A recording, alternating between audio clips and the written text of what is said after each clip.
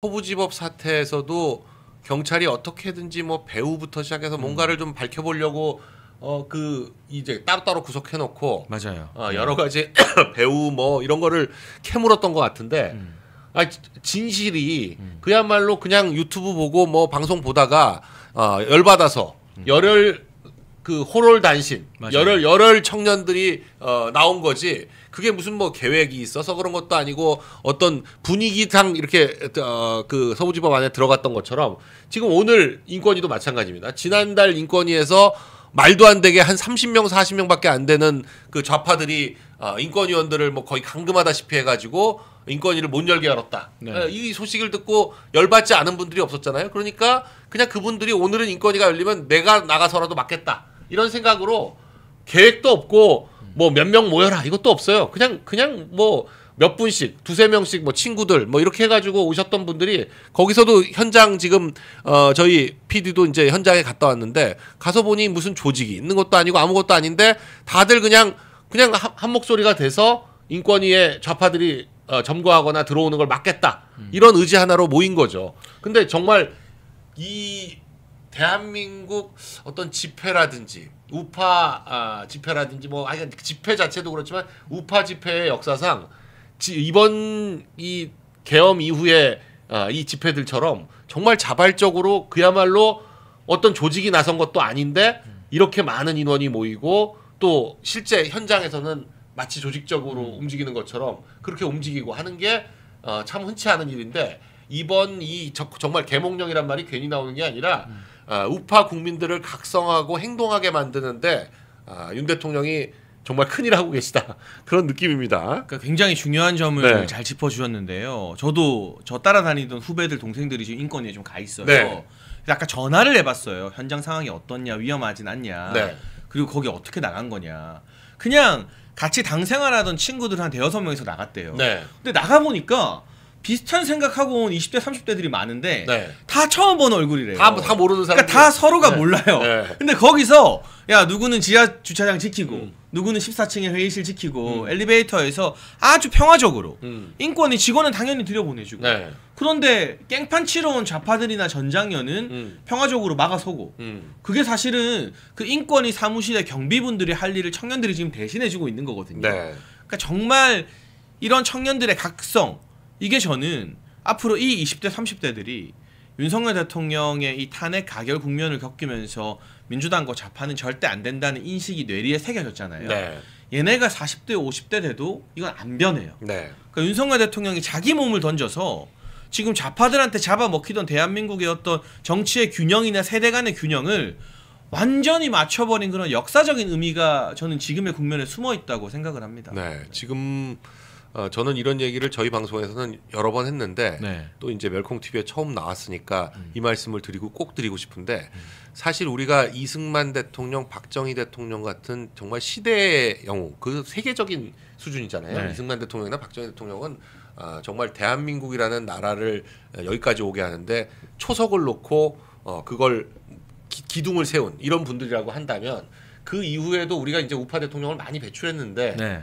전두환, 노태우, 뭐 김영삼, 뭐 이명박, 박근혜 이렇게 좀 배출을 했는데도 우리 스스로도 그렇고 국민적으로도 그렇고 이승만, 박정희 대통령에 비해서 과연 이제 우리가 마음속으로 정말 진정한 존경심을 가지고 대하느냐 이런 것들에서는 조금 부족한 면이 있었어요. 그랬죠. 한 2, 3% 부족한 면이 있었는데 그게 이유가 기본적으로 이 우파 대통령들이 자기 희생이라는 측면에서 봤을 때 물론 대통령으로서의 역할은 그 시대에 맞게 너무나 잘하셨죠. 전두환 대통령 뭐 물가 잡고 경제 발전시키고 노태우 대통령은 뭐 북방 외교하고 뭐 이런 어떤 업적으로만 따지면 그 능력에 출중하게 다 대한민국을 발전시켜 온 건 맞는데 이분들이 어떤 영웅적으로 서사가 되려면 어떤 비참한 최후 또는 희생이 있어야 돼요. 자기 희생. 네. 누가 봐도 저거는 저 하지 않아도 될 자기 희생을 통해 가지고 그 희생으로 국민들에게 뭔가 진한 감동 뭐 이런 게 필요한데 우파 대통령이 약간 그런 면에서 좀 부족했던 것이 아닌가 싶은데 지금 윤석열 대통령은 누가 봐도 지금 이 계엄령도 그렇고 지금 이 구속된 상황도 그렇고 현직 대통령으로서는 상상도 할 수 없는 일이죠. 근데 윤 대통령 스스로가 지금처럼 이렇게 국회가 장악하고 있는 상황에서 내가 2년 반 대통령 더해서 뭐 하겠냐. 그 2년 반의 시간을 좀 날리더라도 국민들을 확실하게 깨우쳐서 지금의 상황이 어떤 상황이고 지금이 이 국제적인 정세상으로 어떻고 이번 이 계엄령 이후에 펼쳐지는 정세가 단순히 한국 내에서의 여야의 문제가 아니라 미중의 세계적인 패권 경쟁의 일환이다라는 걸 지금 모든 국민들이 다 인식하고 계세요. 그럼요. 그리고 이 부정선거뿐만 아니라 지금의 이 더불어민주당의 배후에 이번에 무원식 쪼로록 쫓아간 거 보세요. 이재명은 사실 지금 외국을 못 나가는 상황이잖아요. 그러니까요. 재판이 몇 개예요. 못 나가요. 못 나가니까 우원식이 대신 쪼로록 쫓아가서 시진핑한테 도장받고 오는 거 이런 현 상황만 보더라도 이 미중 패권 경쟁이 대한민국에서 지금 펼쳐지고 있구나. 이걸 이제 국민들도 다 인식하고 또 그리고 그 국회가 야당에 장악됨으로써 어떤 일들이 벌어지고 있는지 29번의 탄핵을 하는데도 사실 국민들이 분노하시는 분들이 없었어요. 잘 몰랐죠. 하는지도 몰랐어요. 와닿지가 않았고. 네, 와닿지가 않았고 뭐 한다고는 하는데 뭐 방통위원장 뭐 하는데 그게 뭐 우리하고 무슨 관계 있냐 이렇게 생각을 했었는데 그 탄핵이 어떤 결과를 가져오는지를 국민 여러분들이 다 알게 됐고 또 그리고 뭐 예산 삭감이 네. 어떤 결과 가져오는지도 다 알게 됐고 그런 와중에도 야당은 그 지역 화폐 이게 야당의 돈줄이라는 것도 다들 알게 됐고 몇십조를 뿌리겠다는 거잖아요. 그걸 뿌리겠다는 건데 사실은 말이 그게 뿌리는 거지 그게 자기 돈으로 뿌리는 것도 아니고 세금으로 어차피 하는 건데 그렇죠. 네. 생색은 지들이 내고 사실은 뒷돈은 자기들이 이재명이 챙기고 이런 거라는 걸 다들 아시게 됐다는 거. 그게 사실 윤 대통령의 저런 철저한 자기 희생이 없었으면 그만큼 국민들이 깨닫지도 못하고 그걸 깨달아도 이렇게 광장으로 나오지도 않았을 겁니다. 근데 정말 대구에서의 네. 동대구역의 앞에서의 그 집회는 저도 뭐 집회를 많이 나가보지를 못해가지고 이 정도로 빽빽하게 많은 사람들이 모인 거를 사실상 처음 봤는데 그러니까 발 디딜 틈 자체가 없었다면서요, 동대구역은? 이렇게 뚫고 나갈 수가 없습니다. 네, 광화문 집회는 뚫고 나갈 수 없는 데가 있고 또 이쪽 약간 좀 성기게 서 있는 쪽에서는 좀 이렇게 편하게 왔다 갔다 하고 이런데 여기는 역 전체가 완전히 사람으로 꽉 차가지고 정말 이 가장 바깥쪽에서 사이드로 돌지 않으면 이 가운데는 아예 들어갈 수가 없는 그 정도 되면 제가 볼 때는 제곱미터당 한 4명? 그러니까 택시에 왜 세 사람 뒷좌석에 타면 한 사람 더 끼어 들어가기 참 힘들잖아요. 그런 느낌. 그러니까 이게 경찰 추산이 이번 주말 동대구역 집회 52,000명이었는데 그 경찰 추산이라는 게 결국 넓이 기준으로 하잖아요. 넓이 기준으로 이제 그 제곱미터당 몇 명 서 있겠냐로 계산해서 하는 건데. 근데 이번에는 그 일반 계산보다 더 많은 인원이 있었기 때문에 저는 실질적으로 이게 좌파식으로 하면 100만인 건 말할 것도 없고 이 경찰 추산보다도 한 2배 이상 많은 인원들이 현장에 몰리지 않았나 대충 싶더라고요. 뭐 이렇게 계산들을 하시는데 대충 제 느낌으로 10만은 충분히 넘어섰고 15만까지 갈 수 있을지는 모르겠는데 한 10만은 확실히 넘어섰거든요. 근데 이 10만 명이라는 게 진짜 이 그 위에서 보면 정말 이 서 있잖아요. 이게 좌파들은 어떻게든지 앉혀가지고 앉으면 면적이 넓어져서 공간이 넓어지니까. 그리고 뭘 자꾸 들고 그러면 이제 공간이 채워지니까 꽉 차 보이지만 이건 무슨 이런 걸 들 수 있는 여지가 없어요. 아예 피켓을 들 만한 공간도 없이 피켓을 들 수가 없어요. 이 사진을 보시면 알겠지만 피켓을 들거나 하려면 팔을 들 수 있는 공간이 있어야 되고 이걸 이렇게 해야 되는데 그러니까 광화문 집회하면은 이제 들어주세요. 그러면 와 하고 들고 이렇게 좀 공간이 있게 쫙 해서 길게 쭉 가니까 그 넓게 차지하긴 하지만 뭐 사람들이 이렇게 많아 보이는 느낌은 아닌데 이거는 그야말로 정말 머리밖에 안 보여요. 위에서 보면 그 밀집한 군중이 주는 그 압도감 그게 어마어마하고 또 그분들이 지르는 함성 그러니까 마이크 소리를 거치지 않고 정말 사람들의 육성이 모여가지고 지르는 함성이 주는 이게 심장이 떨린다 그래야 될까요? 그 자리에 계셨던 모든 분들이 아마 그걸 느끼셨을 텐데 제가 볼 때는 그 동대구역에 모인 그 광장에 모였던 그분들이 아마 TK 지역의 여론을 이번 주에 완전히 바꿔놓을 것이다. 바꿔놓을 수밖에 없는 게 저만 해도 갔다 와서 왔던 감동 뭐 때문에 이걸 계속 얘기하거든요.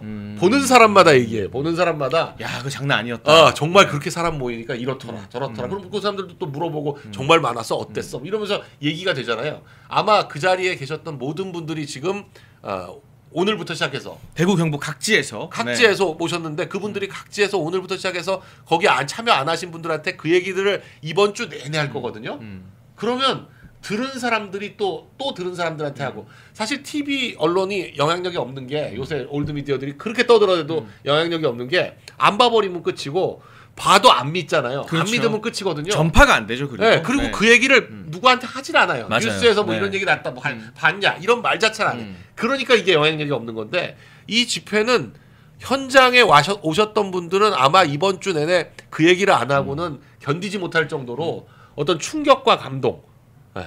그 연설하시는 전한길 선생님조차도 자기 태어나서 이렇게 많은 사람들이 모인 것 자체를 처음 봤고 이 앞에서 연설하는 것 자체가 그리고 거기 뭐 이철우 지사부터 시작해서 국회의원들 10몇 명에다가 네. 원외위원장들까지 한 20-30명이 한꺼번에 나와서 인사하고 거기 이제 홍준표 시장은 사모님만 그랬다 하더라고요. 네. 네. 그 시장님은 안 오고 근데 그분들도 전부 이제 그 오세훈 선거법 이후에 정치를 시작했잖아요. 네. 그러니까 이제 그런 어떤 대중을 완전히 모아놓고 하는 처음 본 사람이 많을 거예요. 그럼요. 네. 그렇게 많은 사람들이 모이는 것 자체를 보기가 쉽지 않은데 맞아요. 네. 많은 분들이 그 비교를 2002년도 월드컵 때하고 비교를 하더라고요. 근데 저는 그때 미국에 있어가지고 월드컵 때 그 얼마나 많은 사람들이 광장에 나왔는지를 본 네. 적이 없어서 제가 느끼기에는 이게 제일 많은 건데 그 대구 분들도 동대구역 광장이 생긴 이래로 가장 많은 사람이다. 또 심지어는 대구가 생긴 이래로 가장 많은 사람이 모인 거 아니냐라는 얘기까지 나오고 있습니다. 근데 저는 결국 전국 집회가 하나의 정답이었구나 묘수였구나라는 생각을 하는 게 그 이전에 부산역에서 집회가 있었잖아요. 그러니까 부산을 대표하는 일간지 부산일보에서 역대급 인파 부산이 생긴 이후에 정치 집회에서 이렇게 사람 많이 모이는 거 처음이다라고 다 썼어요. 그러니까 사실은 부산일보나 국제신문이나 부산 지역 언론들도 대통령 탄핵 이후에 윤석열 대통령의 좀 부정적인 논조의 기사들이 나오다가 그 집회 이후에 논조가 좀 바뀌었어요. 완전히 바뀌죠. 왜냐하면 언론사 기자들이 가서 사람들이 이렇게 많이 모여 있는데 야 이게 우리 동네 시민들의 뜻인데 그 뜻과 반하는 논조를 이어가기가 힘들거든요. 그러니까 대구 경북 같은 경우도 사실은 우리 AI나 챗 GPT가 그 사진 보고 검색해봐라니까 15만 명이라고 분석을 했대요.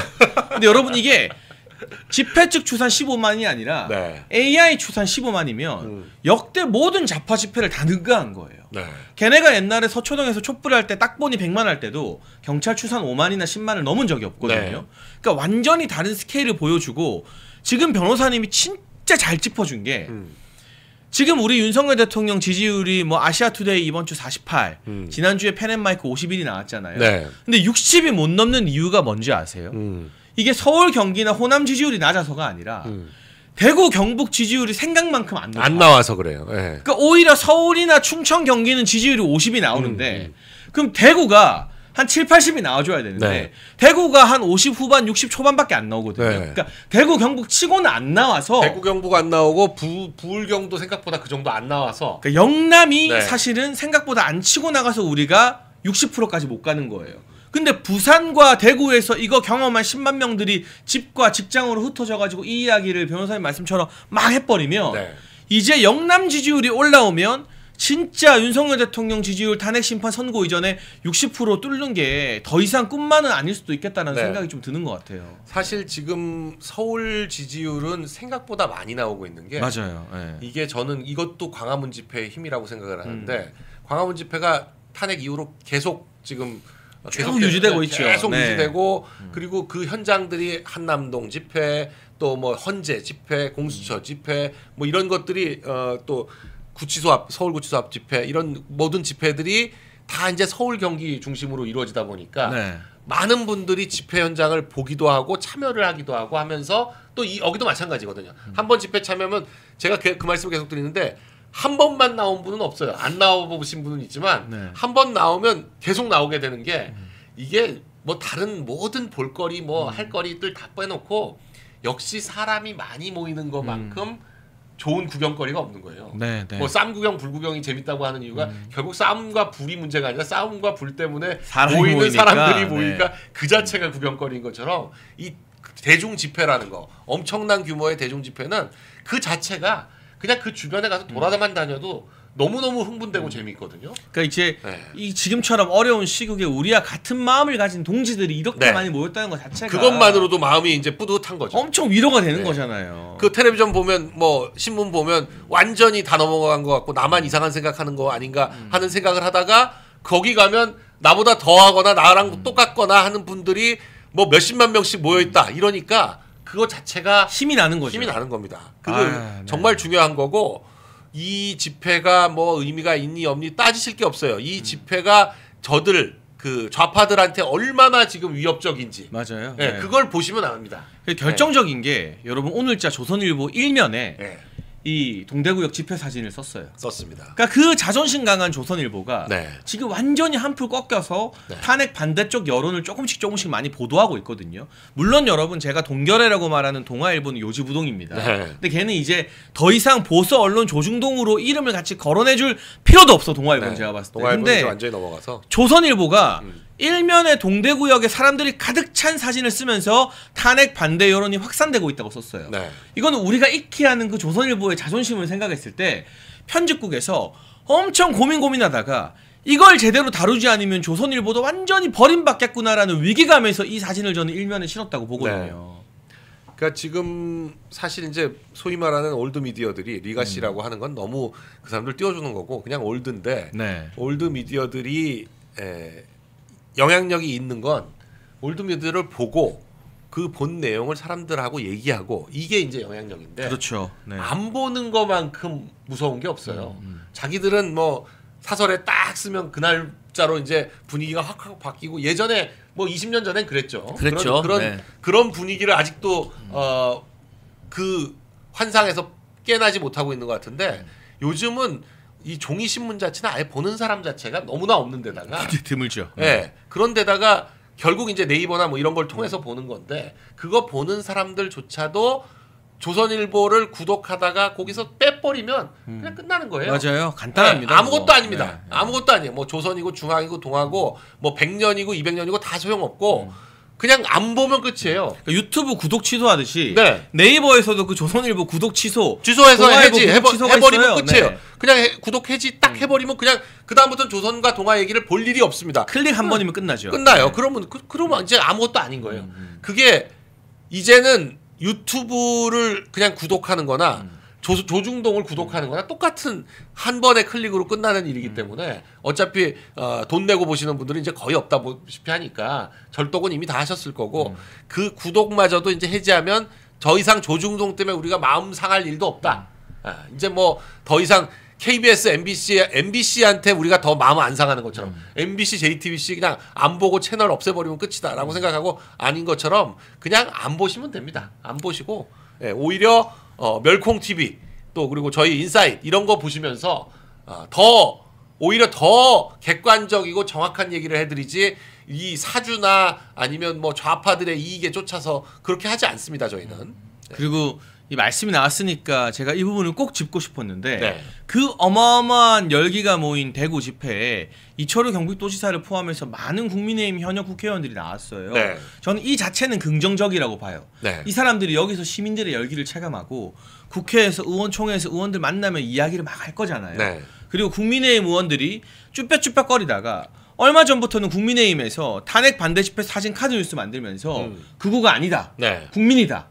막 이렇게 하는 게 늦었지만 조금씩 정상화되는 단계라고 봐요. 근데 네. 여기에 우재준이라고 이번에 한동훈한테 국민 추천제 전략 공천을 받은 젊은 국회의원 하나가 참여를 했습니다.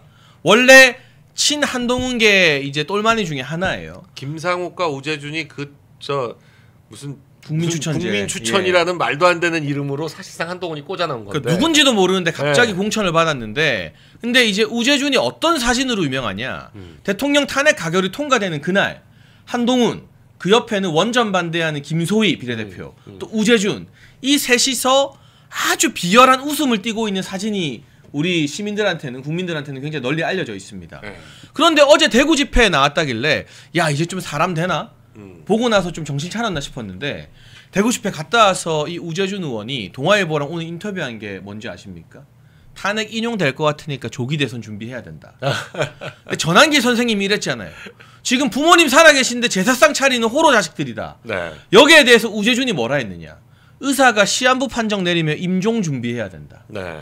멀쩡히 살아계신 현직 대통령 윤석열 대통령 임종을 준비해야 된다는 막말을 망언을 우재준이 했어요. 그러니까 여러분 집회 나온다고 다 대통령 탄핵 반대하고 우리 자유민주주의 지키겠다는 정치인이 아니라 집회에 나와서 얼굴은 알리고 이름은 파는데 뒤로 가서는 조기 대선 준비해야 된다, 뭐 대통령 임종을 준비해야 된다는 이런 막말 내뱉는 우재준 같은 의원들 우리가 제2의 김상욱으로 만들어서 여러분이 처단하지 않으면 이런 배신의 기생충들이 계속해서 국민의힘을 숙주 삼아서 성장하게 되어 있다는 말씀을 제가 꼭 드리고 싶었어요. 네. 지금 사실 그런 사람들 다 제명하고 징계해야죠. 징계하고 해서 깔끔하게 가야지 맞지만 지금 사실 그 백석이 유지가 또 큰 의미가 있거든요. 그러니까 그냥 이제 놔두고 있는 거죠. 놔두고 있는 건데 어쨌거나 현재에서 탄핵을 기각시키고 나면 한번 정리가 필요할 것 같아요. 맞아요. 제가 볼 때 윤 대통령이 분명히 그 안에서 많은 생각을 하고 계실 텐데 그 중에 하나가 이런 정말 도저히 같이 갈 수 없는 사람들. 민주당보다 못한 놈들. 네. 네. 그 놈들 때문에 사실 이렇게 된 거죠. 맞습니다. 네. 네. 그러니까 그 사람들을 어떻게 정리할지에 대한 플랜도 또 생각을 하고 계실 거고 일단은 뭐 우리가 헌재 탄핵 기각에 집중해야 되니까 뭐 우재준이고 김상욱이고 이런 뭐 김소인이 김예진이 하는 그 사실은 우리가 입으로 거론해 주는 것만으로도 그 사람들 키워주는 거라서 저는 가능하면 안 하고 있지만 그런 사람들을 이제 때가 되면 다 정리를 해야 된다. 근데 이게 저는 네. 탄핵 심판에도 이런 기생충들이 배신의 기생충들이 부정적 영향을 끼치는 게 여권과 보수 진영이 똘똘 뭉쳐서 오늘 특히 국가인권위원회 회의도 중요한 게 대통령 방어권 인권 보장해라는 공식 결의가 나오면 네. 헌재가 어쨌든 영향을 받게 돼 있잖아요. 네. 그리고 보수 진영이 똘똘 뭉쳐서 우리는 탄핵 인용 상상도 안 한다.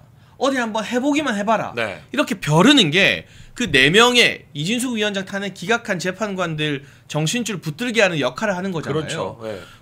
저 사람매는 어쩔 수 없고 4명은 어차피 뭐 네. 기대도 안 하고. 저 을사오적들은 어쩔 수 네. 없는 거고. 근데 네. 보수 진영 내부에서 탄핵 인용이나 조기 대선을 가시화 두는 발언들이 나오게 되면 이게 결국 보수의 여론도 하나가 아니구나라는 잘못된 사인을 헌재에 줄 수 있거든요. 네. 그러니까 이런 부분에 대해서는 여러분이 확실하게 규탄해서 지금 울산의 김상욱은 당원들이 쫓아내서 울산 시당 위원장에서도 물러난다고 하거든요. 네. 반강제 축출이죠. 자진 사퇴라고는 하는데. 우재준도 지금 상임위가 뭔지 모르겠는데 그 우재준 같은 경우도 그 농수산이 같은 데로 보내가지고 네. 지금 그 김상욱은 농수산이 가고 나선 조용하잖아요. 그러니까요. 네. 그게 그 상임위 그렇게 가버리면 이제 그 얘기할 기회도 못 잡거든요. 끝발에 안 서는 네. 거죠. 그리고 안 서요. 국회에서. 네. 그러다 보니까 그런 식으로 좀 당해서 아직은 뭐 세게 징계할 수는 없으니까 일단 그런 식으로 좀 그 외곽으로 돌리는 사실상의 당원거 정지 같은 형태를 해가지고 좀 이런 사람들 좀 정리를 해야 됩니다. 그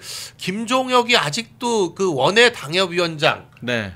모임의 회장 뭐 이런 식으로 돼 있어가지고 내려오라고 하는데 네. 본인이 안 내려오는 안 내려오는 거죠. 네. 지금 그래서 다른 분들 한 80분, 90분 정도가 네. 따로 차렸더라고요. 맞아요. 탄핵 반대 당협위원장 협의회가 있어요. 네, 따로 우리 차리셨어. 네. 열콩 TV에도 나오는 이상규 위원장이나 또는 김선동 전 의원님이 거기 네. 이제 대표하고 있고 네. 여러분들이 계신데 원외 위원장 투표하면 김종혁 바로 나가리예요. 네. 불신임이에요.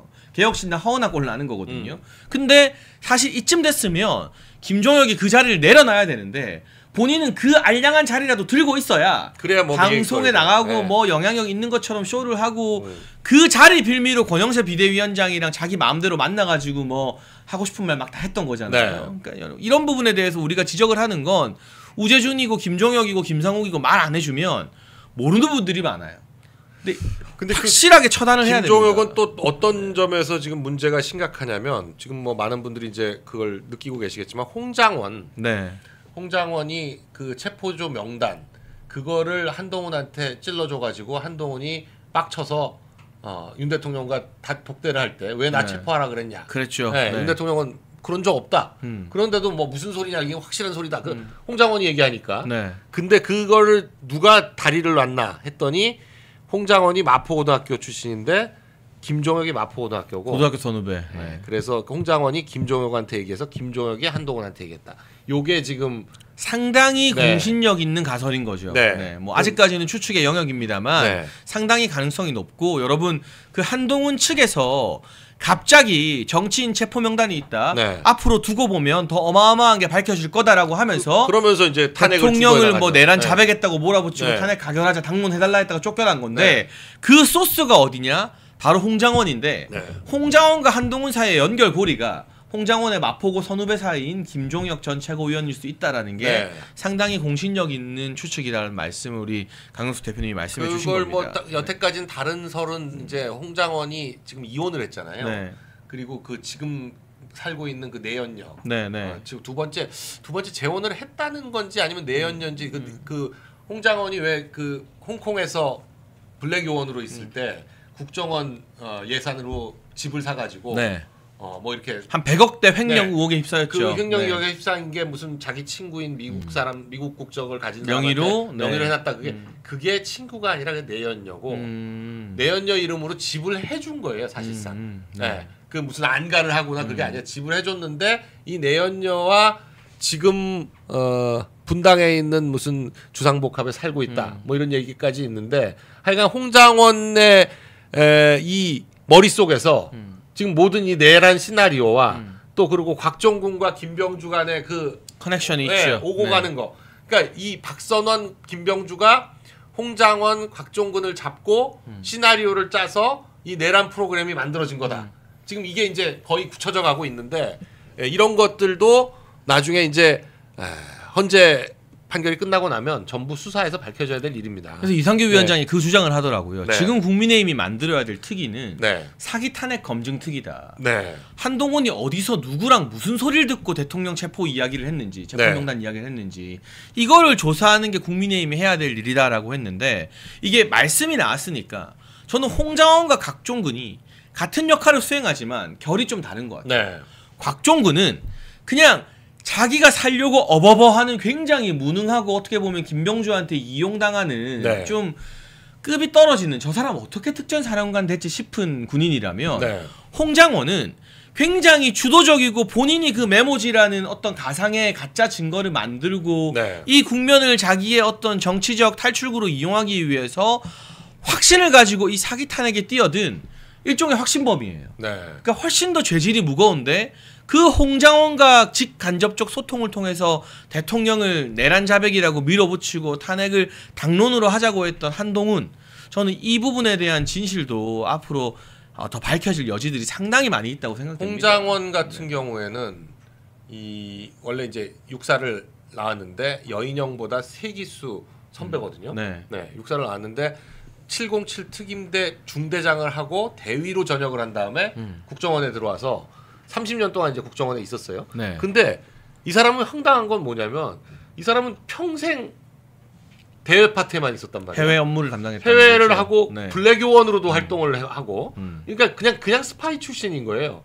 그리고 아시겠지만 1차장은 대외 업무 담당이기 때문에 국내 뭐가 없어요. 네. 아무 정치인을 체포를 하거나 국내에 있는 뭐 정치인의 위치 추적을 하거나 그럴 능력이 없어요. 그럴 능력이 전혀 없는 곳이에요. 근데 윤 대통령이 그날 홍장원한테 전화를 처음 했는데 전화를 한 이유도 그 국정원장이 외국에 있는 줄 알고 그러니까 국정원장이 없는 상태에서는 1차장이 제일 높은 거니까 하니까, 네. 1차장한테 그냥 전화를 해서 국정원의 그 내용을 얘기한 것일 뿐인데 이 사람은 그걸 그 전화를 받은 거를 찬스다라고 해가지고 자기가 먼저 여인영한테 전화를 한 거예요. 맞아요. 네. 여인영은 갑자기 이 사람한테 전화가 오니까 당황해가지고 왜 국정원장도 아니고 왜 1차장이 자기한테 전화를 했는지 물론 육사 선배니까 뭐 전화를 하니까 그냥 뭐 받아주긴 했지만 체포라는 건 얘기한 적도 없고 그냥 위치 추적도 아니고 위치를 좀 알아봐달라 정도의 동향을 파악해달라. 네, 동향을 파악해달라 정도 얘기를 했다는 건데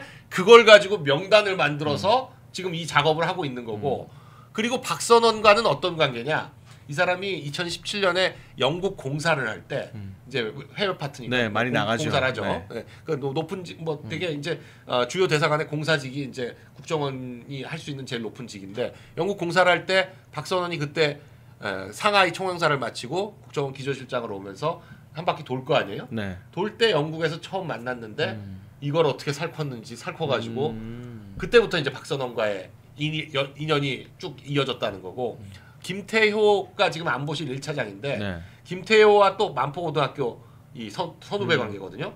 김태효를 붙들고 이 홍장원이 1차장이 됐다는 거예요. 그러니까 사실은 이 홍장원 같은 인물을 국정원 1차장으로 놔둔 것 자체가 여러분 우리는 냉정하게 팩트 체크는 하니까 윤석열 정부의 인사 실패예요. 네. 그러니까 누가 홍장원을 그 자리에 두게 했는가 이런 것들에 대한 것도 대통령께서 복귀하셔서 네. 냉정하게 그동안의 인사검증 실패 사례들을 돌아보면서 어떻게 곽종군이 특정사령관이고 홍장원이 국정원 차장이고 지금 경찰청 청장 대행 이호영 하는 꼬라지 보세요. 네. 국회 나와가지고 뭐 관저에 나가는 국회의원들 현장 체포하겠다 뭐 이런 이야기 하잖아요. 이호영과 우종수가 경찰에서 지금 황당한 짓을 하고 있는데 그 대표적인 두 사람인데 이 지금 이제 박현수라고 서울지방경찰청장 요번에 된 여기가 좀 되고 나서 지금 이 집회라든지 이런 거에 경찰이 어떻게 하는지를 좀 봐야 됩니다. 네. 그 대구하고 부산은 집회를 하는데 훨씬 경찰들이 협조적이었다면서요. 경찰이 네. 무슨 차벽을 치거나 뭐 그런 게 없이 오히려 경찰이 왜 이동 화장실 네. 그걸 여기저기 배치해서 그 많은 인원이 모였지만 화장실에 없도록. 불편함이 없었다라는 얘기가 나올 정도로 경찰이 배려를 했는데 이건 물론 이제 지역의 시장이 뭐 국힘이고 그러니까 이런 영향도 있고 뭐 그런 게 당연히 뭐 그 영향을 미치죠 지방 경찰청장들한테. 근데 서울 같은 경우에는 지금 보면 헌재 앞에 집회를 못하도록 차벽을 둘러치거든요. 그리고 아예 뭐 소리도 못 들리게 아예 네. 뭐 방음벽 같은 것도 버스 위에 설치하고 그러더라고요. 버스 위에 방음벽을 네. 설치해놨더라고요. 근데 그게 전부 사실은 위헌입니다. 헌재가 민노총을 봐주기 위해서 여러 차례 여러 가지 위헌을 만들었는데 일단 그 100m 기관의 100m 주변에서 집회하는 거 그거 다 위헌이고 그러니까 지금 헌재 차벽을 둘러치는 거 자체가 이전의 자유를 해야 하는 거기 때문에 위헌이다. 이건 여러 번 판결을 했었어요. 헌재가. 네. 그러니까 헌재가 지금 자기들이 한 판결 때문에 지금 헌재를 막고 싶어도 막을 수 없는 건데 그러니까 여러분들 헌재 앞에서 이제 집회를 많이 해야 될 텐데 헌재 집회할 때 차벽을 둘러치거나 그런 식으로 막으면 그 경찰 중에 그 제일 지휘관 뭐 높은 사람들 나와 있죠. 반등 성명 물어봐가지고 왜 이걸 하는 거며 이거 헌재에서 다 위헌이라고 했는데 이런 거 하는 거 위법이다라고 분명히 따지셔야 됩니다. 면역력이 왜 중요한지 말 안 해도 다들 아시죠?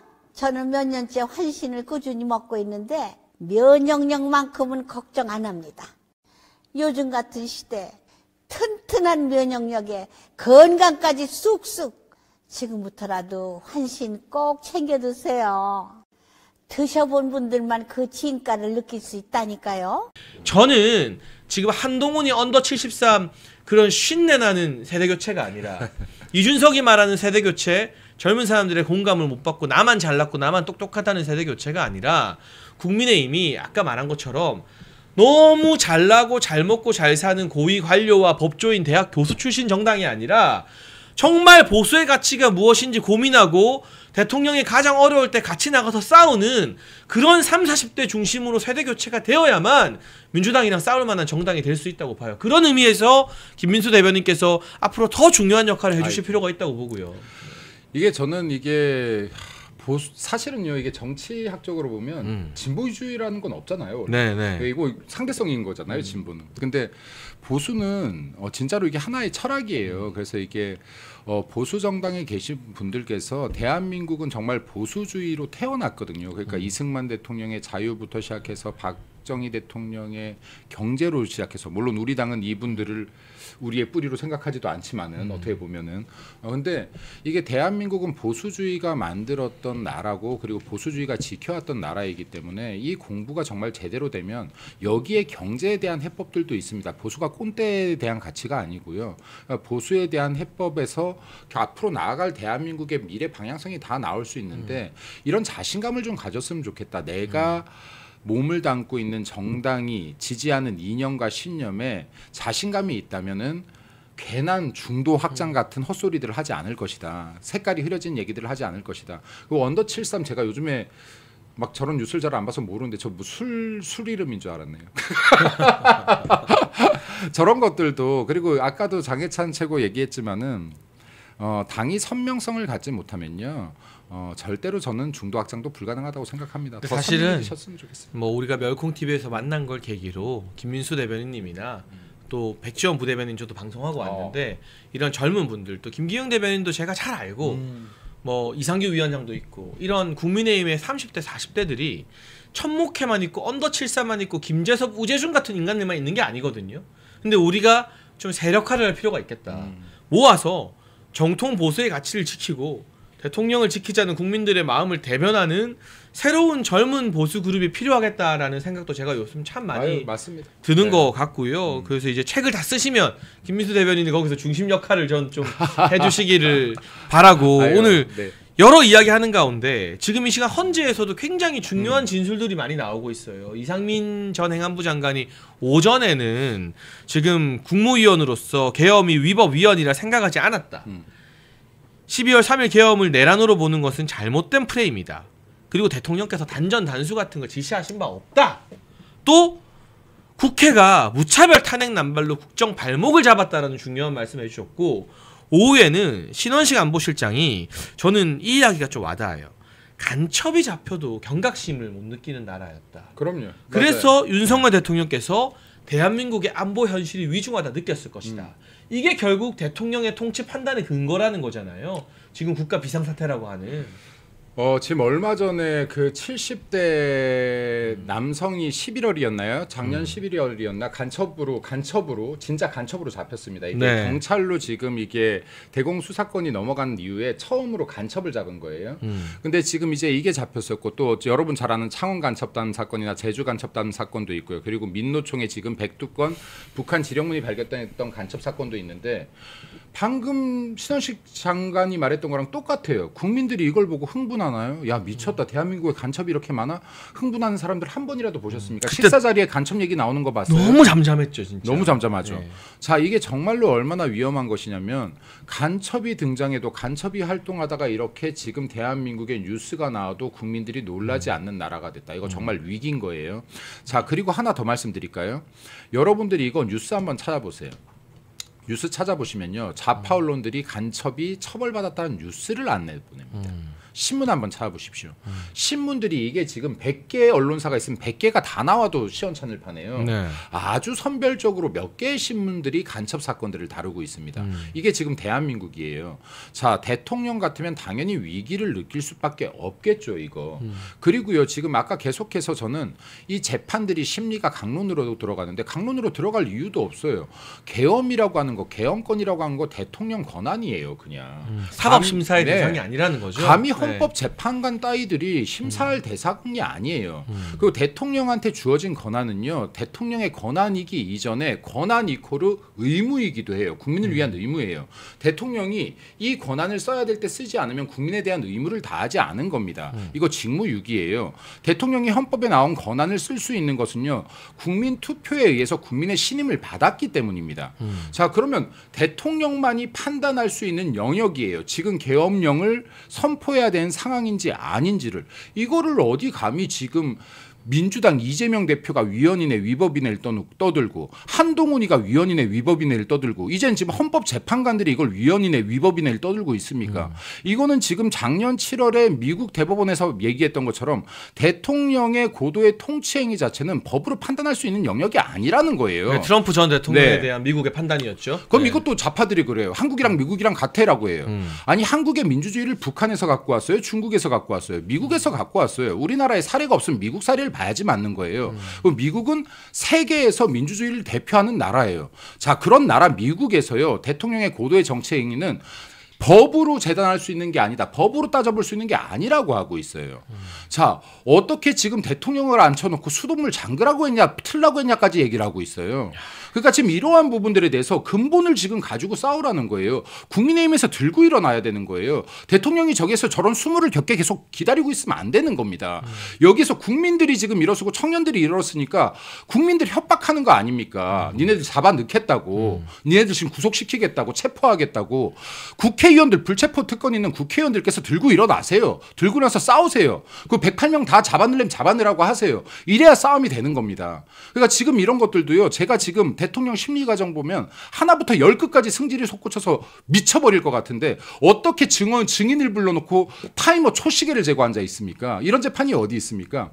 이런 거 강론으로 들어가면 다 미쳐버릴 것 같지만 본론은 하나다. 본론은 개헌 권한은 오로지 국민의 신임을 받은 대통령이 판단할 수 있는 것이다.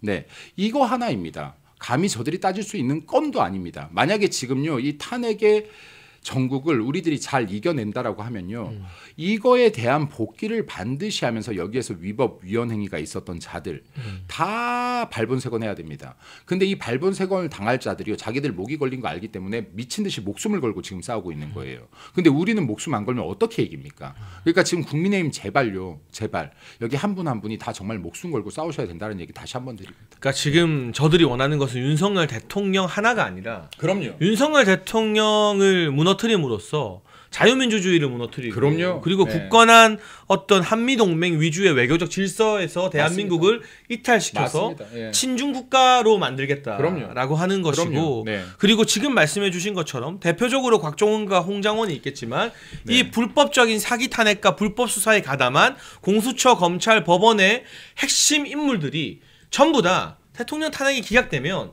줄초상인 거잖아요. 그럼요. 그러니까 더 목숨 걸고 달려드는데 우리가 뒷짐지고 에헴 하면서 보고 있으면 이게 싸움이 되겠느냐. 제가 이거 장담할게요. 여러분들이 뒷짐지고 애헴하고 있어도요. 저들이 정권을 잡고 윤석열 대통령을 탄핵시키고 나면요. 여러분들 중에서 상당수는 목 날아갑니다. 국민의힘요. 우리 다 민주파출소에 잡혀가는 거예요. 그럼요. 그렇게 되면. 그리고 네. 언제를 복귀하시면 되냐면요. 문재인이 대통령이 됐을 때를 복귀해 보세요. 그때 1000여 명이 넘는 사람들, 정치인들부터 시작해서 조사를 받고 조사 과정에서 5명이 자살을 하고요. 100여 명이 처벌을 받고요. 이때 당시에 정치보복 생각해 보십시오. 지금 이번에요. 윤석열 대통령 탄핵되고 나면요. 그때 정치보복은 보복도 아닐 거예요. 정말로 피바람이 불 겁니다.